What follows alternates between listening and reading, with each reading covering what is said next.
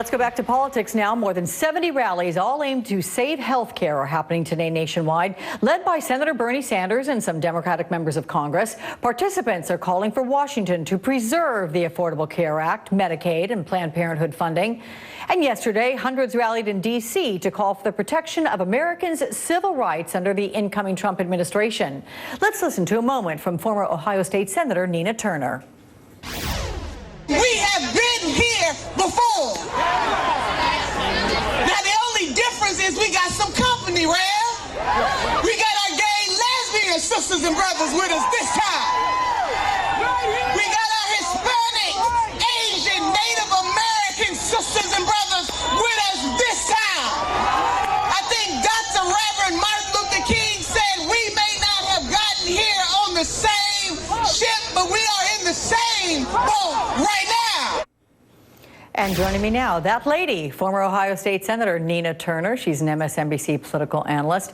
It's always good to see you. I want to get right to it. The civil rights rally with you yesterday. What is your message to President-elect Trump and his administration?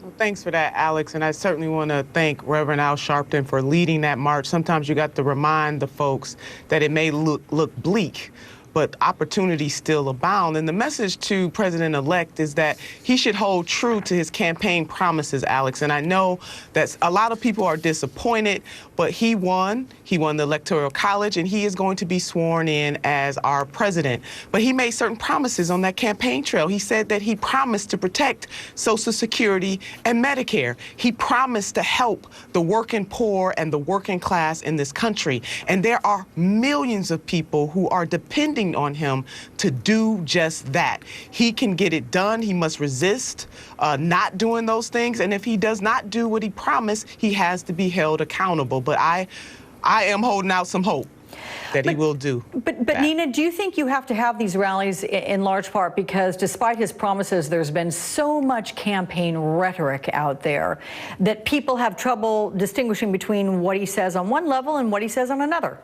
Oh, absolutely, Alex. But you got to be vigilant. You know, even if it was a presidential candidate that folks support, you got to hold people in elected office accountable to what they say on the campaign trail. And that is part of the divisiveness that happened in the 2016 election cycle. This was a non-establishment election cycle. People were, in the words of Fannie Lou Hamer, sick and tired of being sick and tired, sick of politicians making campaign promises and not following through. And what they found in Senator Bernie Sanders in particular was somebody who was willing to stand up to say that millionaires and billionaires cannot have it all, and that the working poor and middle class folks in this country deserve more. And that is what leaders like myself and others, so whether it's President-elect Trump or somebody else, you got to hold people accountable. And Alex, there's been so much negative rhetoric. People feel like their world is coming crashing to an end and forgetting that, and part of what I was saying yesterday is that we've been here before as a country. But one thing, we are a nation of progress, and when the grassroots get together and unite on purpose, on uplift, things do happen. They change. And all of the great accomplishments in this country, from civil rights to social justice, economic justice, and we have more work to do, no doubt about it. Every generation has to advance the next,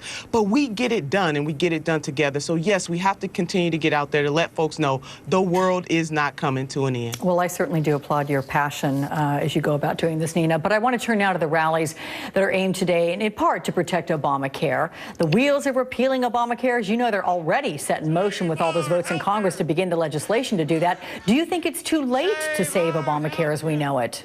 It's never too late to fight, Alex, but as you know, our Republican sisters and brothers have been on a mission to repeal it. I think they voted a little over 60 times to do so, but I want to hear about, and the American people want to hear about, where's the replacement?